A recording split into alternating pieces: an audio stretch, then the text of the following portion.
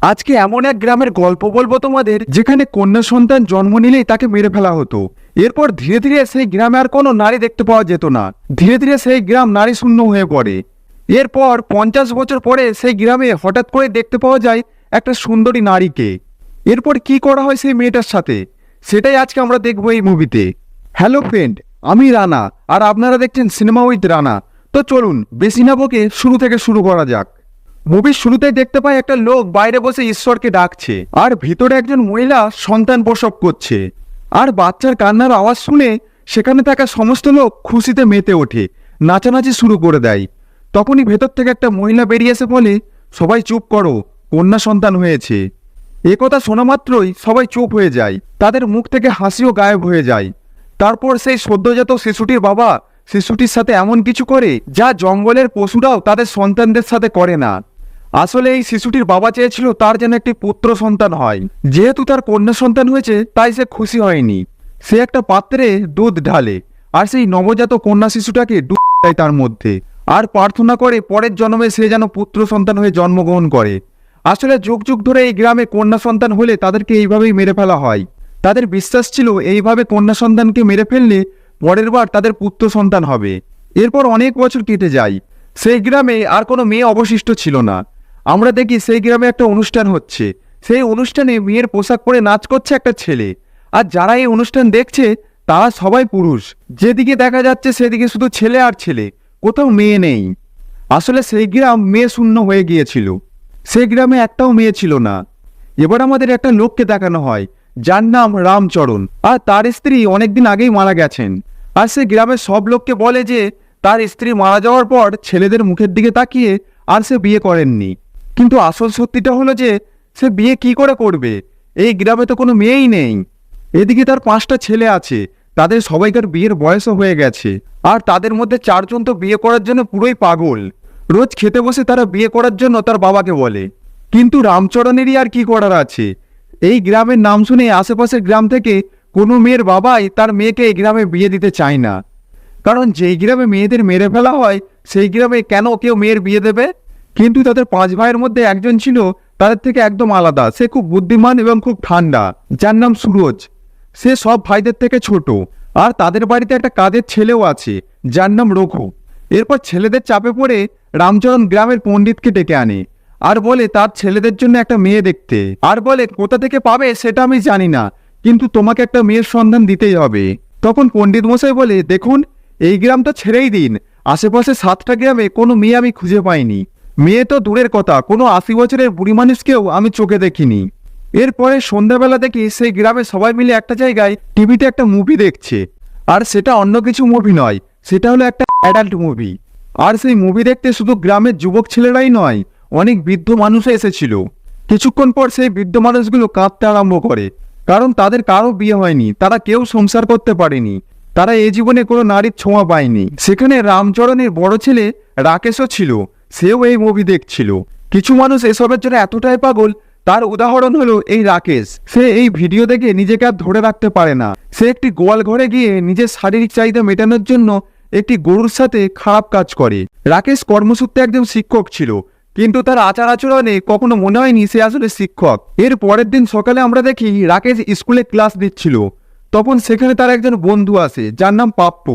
পাপ্পু রাকেশকে বলে, আমার বিয়ে ঠিক হয়ে গেছে একটা মেয়ের সঙ্গে, আমার বাবা মেয়েটাকে খুঁজে এনেছে।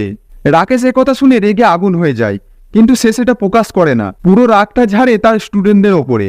আর তার রেগে যাওয়ার কারণও আছে, যেখানে তার বাবা এত টাকা খরচা করেও গ্রামকে গ্রাম ঘুরে একটা মেয়েও খুঁজে আনতে পারলো না, সেখানে কিনা পাপ্পুর বিয়ে ঠিক হয়ে গেল। এদিকে রামচরণ আর সেই পণ্ডিত মেয়ে খোঁজার কাজেই ব্যস্ত ছিল। এরপর রামচরণ তাদের বাড়ির কাজের ছেলেটাকে মানে রঘুকে বলে পণ্ডিত মশাইয়ের জন্য 1 গ্লাস শরবত করে নিয়ে আসতে। আর রঘু তখন সেই গ্লাসে প্রস্রাব করে শরবতের সঙ্গে মিশিয়ে খাইয়ে দেয় পণ্ডিত মশাইকে, কারণ তার পণ্ডিত মশাইয়ের ওপর অনেক রাগ। পণ্ডিত মশাই তাকে দেখতে পেলে তাকে দিয়ে অনেক কাজ করায়।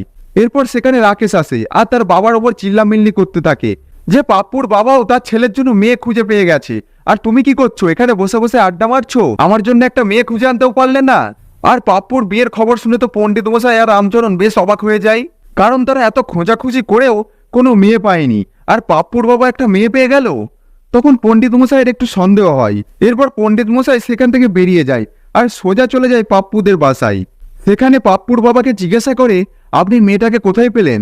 তখন পাপ্পুর বাবা বলে, মেয়েটার পাশের গ্রামেই বাড়ি, অনেক টাকা দিয়ে নিয়ে এসে এই মেয়েটাকে আমার ছেলের সাথে বিয়ে দিচ্ছি। তখন পাপ্পুর বাবা পণ্ডিত মশাইকে রিকোয়েস্ট করে তিনিই যেন এই বিয়েটা সম্পূর্ণ করেন। এর পরের সিনে দেখতে পাই পাপ্পু নাচতে লেগেছে তার বিয়ের আনন্দে। আর এদিকে গ্রামের সব পুরুষরা সেই মেয়েটিকে দেখছিল, কারণ তারা এর আগে কোনো মেয়েকেই দেখেনি। এই প্রথম তারা নিজের চোখের সামনে কোনো মেয়েকে দেখছে। আর অনেক বছর পর এই গ্রামে কোনো পুরুষের বিয়ে হচ্ছে। বিয়ে শুরু হবার আগে আমরা ছেলের বাবা আর মেয়ের বাবাকে দেখি, যেখানে ছেলের বাবা মেয়ের বাবাকে 5 লক্ষ টাকা দিচ্ছে যৌতুক হিসেবে। আর তখন এইদিকে পণ্ডিত মশাইয়ের কানে কানে একটা ছেলে এসে কিছু বলে যায়। এরপর বিয়ের জন্য ছেলেকে আর মেয়েকে পণ্ডিত মশাই দাঁড়াতে বলে 7 পাক ঘোরার জন্য। এরপর হঠাৎ করেই পণ্ডিত মশাই এক টানে মেয়েটার শাড়ি খুলে দেয়। আর তখনই গ্রামের সবাই অবাক হয়ে যায়। তখন আমরা দেখতে পাই সে আসলে কোনো মেয়ে নয়, সে একটা ছেলে। একটা ছেলেকে মেয়ে সাজিয়ে আর একটা ছেলের সাথে বিয়ে দেওয়া হচ্ছিল। এই গ্রামের লোকেরা এতটাই নিচে নেমে গিয়েছিল যে তারা নিজেদের যৌন চাহিদা পূরণ করার জন্য যা খুশি তাই করতে পারে। এরপর মেয়ে সাজিয়ে যেই ছেলেটাকে বিয়ে দেওয়া হচ্ছিল সে আর তার বাবা দুজনে টাকা নিয়ে গ্রাম থেকে পালিয়ে যায়। এরপরে দেখি একদিন পণ্ডিত মশাই অন্য গ্রামে যায় পুজো করার জন্য। তিনি যাওয়ার পথে নদীতে হাত মুখ ধোয়ার সময় একটা মেয়ের গান গাওয়ার শব্দ শুনতে পায়। এরপর সেই গানের সুর লক্ষ্য করতে করতে পণ্ডিত মশাই জঙ্গলের ভেতরে চলে যায়। এরপর পণ্ডিত মশাই যেটা দেখতে পায় সেটা দেখে তো তিনি পুরোই অবাক হয়ে যান। তিনি দেখতে পান একটা খুব সুন্দরী তরুণী মেয়ে গাছের ওপর বসে নিজের মনে গান গাইছে। আর তখনই মেয়েটি পণ্ডিত মশাইকে দেখে ফেলে। এরপর দ্রুত সেই মেয়েটি সেখান থেকে পালিয়ে বাড়ির দিকে রওনা দেয়। আর পণ্ডিত মশাইও তার পিছন পিছন ছুটতে থাকে।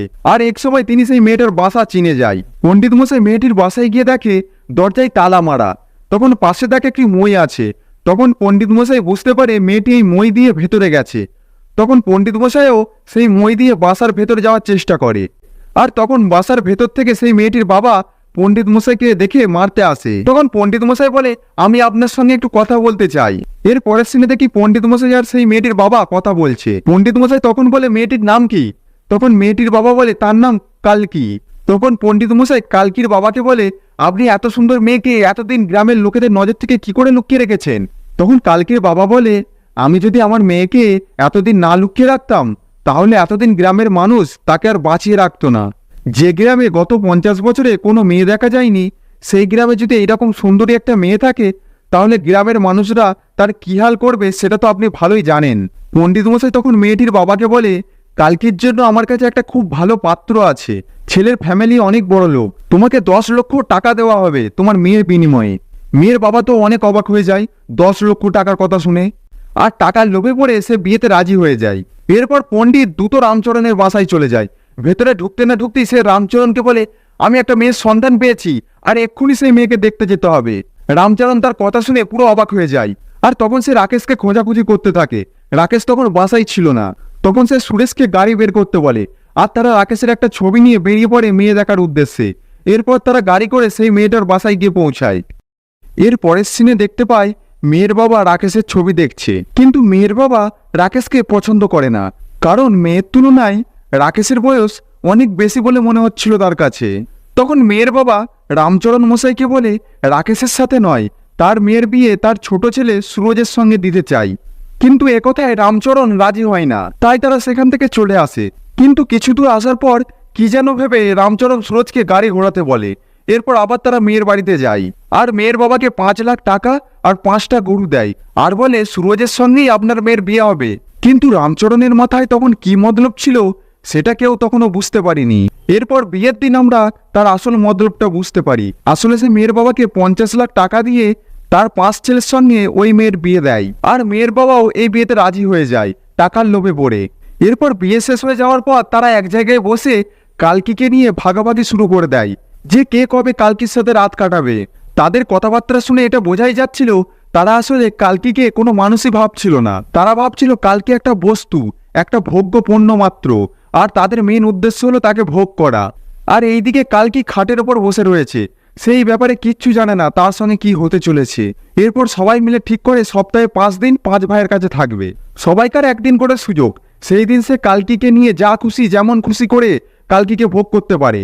কিন্তু গন্ডগোল হয়ে এটা নিয়ে যে সপ্তাহে তো 7টা দিন, 5 দিন 5 ভাইয়ের কাছে থাকবে, কিন্তু বাকি 2 দিন কি হবে? তখন তারা সবাই বলে, এত টাকা দিয়ে মেয়েটাকে কিনে নিয়ে এসেছি, 2টো দিন এমনি এমনি যেতে দেওয়া যাবে না। তখন এই 2 দিন কালকি কার কাছে থাকবে তা নিয়ে গন্ডগোল শুরু হয়। কিন্তু সেই সময় এমন এক লজ্জাজনক কাণ্ড হয় যা একজন স্বাভাবিক মানুষের কাছে খুবই অস্বাভাবিক, খুবই জঘন্য, খুবই লজ্জার ব্যাপার। কিন্তু এই মানুষগুলোর মনে এতটাই নোংরা জমে গেছে যে তাদের আর আলাদা করে কোনো নোংরামি চোখেই পড়ে না। সেখানে যখন সবাই আলোচনা করছিল তখন তাদের বাবা মানে রামচরণ বলে, তোরা তো সবাই নিজের নিজের কথা ভেবেছিস, আমার কথা একবারও ভাবছিস? তোরা কখনো ভেবেছিস তোদের মা ছেড়ে যাওয়ার পর আমি কিভাবে বেঁচে আছি? তোদের মুখের দিকে তাকিয়ে আমি আর কখনো বিয়ে করিনি, তাই বলে কি আমার কোনো শখ নেই? আর তোরা যে বড় বড় কথা বলছিস, 50 লাখ টাকা 5টা গরু কে দিয়েছে? তোরা দিয়েছিস? আমি দিয়েছি। তাই সপ্তাহে 2 দিন সে আমার সঙ্গে থাকবে, আর আজকে আমি তার সঙ্গে বাসর রাত করব। এমন কথা যদি কোনো স্বাভাবিক মানুষ শুনতো তাহলে সঙ্গে সঙ্গে তার প্রতিবাদ করত, এমনকি তাকে মারতে পর্যন্ত যেত। কিন্তু এই মানুষগুলোর মনে এতটাই নোংরা জমে গেছে যে এই কথায় তারা কোনো প্রতিবাদ করে না, উল্টে এ কথায় তারা রাজি হয়ে যায়। আর সেই দিন রাতে নিজের বৌমার সাথে জোর করে রামচরণ বাসর রাত করে। কালকি অনেক বাধা দেওয়ার চেষ্টা করে, কিন্তু এতে কোনো লাভ হয় না। আর এরপরে সংসারের সব দায়িত্ব এসে পড়ে কালকির ওপরে। এরপর একদিন কালকি গোয়ালে যায় গরুর দুধ দোয়াতে, কিন্তু এর আগে সে কখনো এই কাজ করেনি, তাই সে কিছুই বুঝতে পারছিল না। আর তখন সেখানে সুরজ আসে আর তাকে দেখিয়ে দেয় কিভাবে গরুর দুধ দোয়াতে হয়। আর এইভাবেই দিনের পর দিন পার হতে থাকে। আর এইভাবেই দিনের পর দিন কেউ না কেউ এসে কালকিকে ধর্ষণ করে যেত। কালকি যখন প্রত্যেকদিন সবাইকার কাছে অত্যাচার আর নোংরামির শিকার হচ্ছে, কিন্তু অন্যদিকে সুরজ অনেকটা আলাদা। সে রোজ তাকে কাজে সাহায্য করে। আর 5 ভাইদের মধ্যে সুরজই একমাত্র ব্যতিক্রম যে কালকির সঙ্গে ভালো ব্যবহার করে। এরপর সপ্তাহের শেষ দিন মানে সুরজের দিন কালকির সঙ্গে রাত কাটানোর। সপ্তাহে 6 দিন অত্যাচারের পর কালকি এমনিতেই অসুস্থ হয়ে গেছে। সেই দিন সুরজ যখন কালকির ঘরে ঢোকে তখন সে দেখে কালকি ঘুমোচ্ছে। তখন সে কালকির কাছে যায় আর তার গা ছুঁয়ে বুঝতে পারে তার খুব জ্বর। আর তখন সে তার সেবা করে আর তাকে ঘুমোতে দেয়। মানে বাড়িতে একমাত্র সুরজই আছে যে তাদের ভাইদের থেকে সম্পূর্ণ আলাদা। যেখানে সবাই তার উপর অত্যাচার করে সেখানে সুরজ তাকে যত্ন করে। আর এরকম ব্যবহারের জন্যেই আস্তে আস্তে কালকি সুরজকে ভালোবেসে ফেলে আর বাড়ির অন্য সব পুরুষদের দূরে ঠেলে দেয়। কাউকে সে তার গায়ে হাত দিতে দেয় না। অন্যদিকে সুরজের সাথে কালকির ভালো সম্পর্ক হয়ে যায়, কিন্তু এটা বাড়ির অন্য পুরুষরা সহ্য করতে পারছিল না। তাই তার অন্য ভাইয়েরা তার উপর সবসময় রেগে থাকতো। একদিন সুরজ কালকির জন্য শাড়ি কিনে শহর থেকে গ্রামে ফিরছিল, আর তখন হঠাৎ করেই নিজের ভাইয়েরা সুরজের মাথায় পেছন থেকে আঘাত করে আর তাকে সেখানে মেরে ফেলে। আর সুরজের লাশ নদীর জলে ভাসিয়ে দেয়। এরপর পুলিশ যখন তদন্ত করতে তাদের বাড়িতে আসে তখন তার ভাইরা সবাই বলে সুরজ সুসাইড করেছে। আর অন্যদিকে সুরজের মৃত্যুর খবর শুনে কালকি প্রচন্ড ভেঙে পড়ে, কারণ তাকে ভালোবাসার মতো, তাকে সাহস দেওয়ার মতো, তাকে বোঝার মতো একজন মানুষই ছিল, আর সেও তাকে একা করে রেখে চলে গেল। এর পরের দিন থেকে সেই আবারও কালকির ওপর অত্যাচার করা শুরু হয়। এরপর কালকি বাধ্য হয়ে একটা চিঠি লিখে তার বাবার কাছে পাঠায়। এরপর কালকির বাবা সেখানে আসে। মেয়ে বিক্রির টাকায় কালকির বাবার জীবন বেশ ভালোই কাটছে। নতুন মোবাইল ফোন, নতুন জামা, নতুন গাড়ি, সে খুব আনন্দেই আছে। এরপর কালকির বাবা রামচরণের কাছে জানতে চায় কেন তার মেয়ের ওপর অত্যাচার করা হচ্ছে, কিন্তু রামচরণ একথার কোনো উত্তর না দিয়ে তার হাতে অনেকগুলো টাকা ধরিয়ে দেয়। আর টাকা পেয়ে সবকিছু ভুলে যায় কালকির বাবা। সে তখন কোনো কিছু না বলে তার মেয়েকে সাপোর্ট না করে সেখান থেকে চলে যায়। আর যাবার সময় কালকির সঙ্গে দেখা করে আর বলে সবই তোর কপাল, তোর কপাল মোটেই ভালো নয়। আসলে সত্যি কালকির ভাগ্য ভালো নয়, তাই সে এমন লোভী অপদার্থ বাবার ঘরে জন্ম নিয়েছে। কালকির বাবা চলে যাওয়ার সঙ্গে সঙ্গে এবার বাড়ির সবাই মিলে কালকিকে মারধর করে, কারণ কালকির বাবার মুখ বন্ধ করতে তাদের অনেকগুলো টাকা খরচ করতে হয়েছে। এরপর কালকি রান্নাঘরে বসে কান্না করছিল, আর বাড়ির কাজের লোক মানে রঘু যখন তার কাছে আসে তখন কালকি রঘুকে বলে আমাকে এখান থেকে পালিয়ে যেতে সাহায্য করবি। রঘু তখন রাজি হয়ে যায়। এরপর কথা মতো রঘু আর কালকি যখন গ্রাম থেকে পালানোর চেষ্টা করছিল তখন রাকেশ আর তার ভাইরা দেখতে পেয়ে যায়, আর তারা তখন তাদের ধাওয়া করে। এক পর্যায়ে রঘুকে তারা পেছন দিক থেকে গুলি করে আর রঘু সেখানেই মারা যায়। তখন তারা কালকিকে সেখান থেকে ধরে নিয়ে আসে আর গোয়াল ঘরে বেঁধে রাখে। আর অন্যদিকে দেখতে পায় রঘুর পরিবারের লোক মানে তার চাচা আর ভাই ছিল, আর তারা রঘুর মৃত্যুর বদলা নেওয়ার জন্য রামচরণের বাসায় যায়। আর তারা গোয়ালঘর হয়ে বাড়ির ভেতরে যাওয়ার প্ল্যান করে। আর তারা যখন গোয়াল ঘরে ঢোকে তখন সেখানে কালকিকে বাঁধা অবস্থায় দেখতে পায়। তখন রঘুর চাচা কালকিকে বলে তোর কারণে রঘুর মৃত্যু হয়েছে। আর এটা বলে রঘুর চাচা কালকিকে সেখানে ধর্ষণ করে। রঘুর মৃত্যুর পর সেই বাসায় আরেকটা কাজের ছেলে রাখা হয় যার নাম সুখা। সেও রঘুর মতনই। কালকিকে বাঁধা অবস্থায় দেখে তার খুব মায়া লাগে। সে লুকিয়ে লুকিয়ে কালকির অনেক সেবা যত্ন করত। আর এদিকে রঘুর চাচা গ্রামের লোকেদের ঐক্যবদ্ধ করতে থাকে রামচরণের বিরুদ্ধে। আর রাতের বেলা গোয়াল ঘরে এসে কালকিকে রোজ ধর্ষণ করে যেত রঘুর চাচা। আর রামচরণের ছেলেদের যার যখন ইচ্ছা সে তখন এসে কালকিকে করে যেত। আর এইভাবে দিনের পর দিন অত্যাচারের পর কালকি মৃত লাশের মতো হয়ে গিয়েছিল। কালকির জামা কাপড় নোংরা হয়ে গিয়েছিল আর তার উঠে দাঁড়াবার মতো ক্ষমতা ছিল না। সে ওখানেই টয়লেট করত। আর এমন অবস্থাতেই সে প্রেগনেন্ট হয়ে যায় আর এমন ভাবে তার বাচ্চা পেটে বড় হতে থাকে। এই ব্যাপারটা রামচরণ যখন জানতে পারে তখন সে পণ্ডিতকে ডেকে আনে আর কালকির পেটের বাচ্চার ব্যাপারে জানতে চায়। আসলে কালকির পেটে কার সন্তান আছে এটা তারা বুঝতে পারছে না। তখন রামচরণের বড় ছেলে বলে ওঠে, এই বাচ্চা আমার। কিন্তু তাকে থামিয়ে দিয়ে রামচরণ বলে, না, আমি তার সাথে প্রথম রাত কাটিয়েছিলাম আর এই সন্তান আমার। আর এরপর কালকিকে পরম যত্নে গোয়াল থেকে আনা হয় আর কালকিকে খুব যত্ন করা হয় একটি ছেলে সন্তানের আশায়। এত কিছু হয়ে গেল কিন্তু এই গ্রামের মানুষদের মাথা থেকে ছেলে সন্তানের ভূত নামেনি। অন্যদিকে কালকি যে প্রেগনেন্ট এ কথাটা রঘুর চাচা জেনে যায় আর সে গ্রামে চিল্লে বলতে থাকে, এই বাচ্চা আমার। এরপর রবির চাচা কালকিকে নেওয়ার জন্য রামচরণের বাসায় আসে আর তখন রামচরণ রেগে গিয়ে গ্রামের লোকেদের উপর গুলি চালায় আর রামচরণের ছেলেরা বন্দুক নিয়ে গ্রামে বেরিয়ে পড়ে আর খুঁজতে থাকে রঘুর ভাই আর চাচাকে। এক পর্যায়ে রঘুর ভাইকে তারা পেয়ে যায় আর সেখানে রঘুর ভাইকে তারা মেরে ফেলে। অন্যদিকে রঘুর চাচা গ্রামবাসীদের নিয়ে হামলা করে রামচরণের ছেলেদের ওপরে। দুই পক্ষের মধ্যে অনেক মারামারি হয়, তুমুল সংঘর্ষ হতে থাকে। এক পর্যায়ে রামচরণের ছেলেরা গ্রামবাসীদের সঙ্গে পেরে ওঠে না। তখন তারা রামচরণের ছেলেদেরকে মারতে একবারে মেরে ফেলে। আর অন্যদিকে আমরা দেখতে পাই রামচরণ কালকিকে মেরে ফেলার জন্য তার গায়ে কেরোসিন তেল ঢালছে, কারণ কালকিকে নিচু জাতের মানুষ স্পর্শ করেছে। নিচু জাতের মানুষরা বলছে কালকির পেটে তাদের বাচ্চা, তাই রামচরণ সম্মানের ভয়ে তাকে মেরে ফেলতে চাইছে। আর সেখানে দাঁড়িয়ে পণ্ডিত বসে তখন বলছিল, এই পাপীকে আর বেশিক্ষণ বাঁচিয়ে রাখা যাবে না। কালকিকে যখন মারার চেষ্টা করছিল ঠিক তখনই পেছন দিক দিয়ে একটা ছুরি হাতে সুখা রামচরণকে আঘাত করে আর রামচরণ সেখানেই মারা যায়। আর পণ্ডিত মশাই তখন বাইরের দিকে ছুটতে থাকে আর সুখা তখন তাকে তাড়া করে আর পণ্ডিত মশাইকে ধরে তাকে মেরে ফেলে। এরপর সুখা যখন কালকির কাছে আসে তখন দেখে কালকি একটা ফুটফুটে কন্যা সন্তানের জন্ম দিয়েছে আর বহু বছর পর এই গ্রামে কোনো কন্যা সন্তানের জন্ম নিল। কালকি তখন সেই কন্যা সন্তানটিকে জড়িয়ে ধরে আর এই মুভি এখানেই শেষ হয়। প্রত্যেকদিন কোথাও না কোথাও এইরকম ভাবে মেয়ে বাচ্চাদেরকে অবহেলা করে মেরে ফেলা হচ্ছে। কিছু মানুষ এখনো পৃথিবীতে বেঁচে আছে যারা কন্যা সন্তান জন্ম নিলে তাদেরকে সন্তান বলেই মনে করে না। সেই শয়তান রূপী মানুষগুলো এটা ভুলে যায় সেও একটা মেয়ের পেট থেকে জন্মগ্রহণ করেছে। কিন্তু এই নরপিশাচ মূর্খ মানুষগুলোর মাথায় এই কথাগুলো কখনোই ঢোকে না। তারা সবসময় মেয়েদেরকে ছেলেদের থেকে আলাদা করে রাখে। তো বন্ধুরা, আজকের ভিডিও এখানেই শেষ হয়। ভিডিওটি ভালো লাগলে চ্যানেলটি সাবস্ক্রাইব করে আমাদের সঙ্গেই থাকবেন। ধন্যবাদ।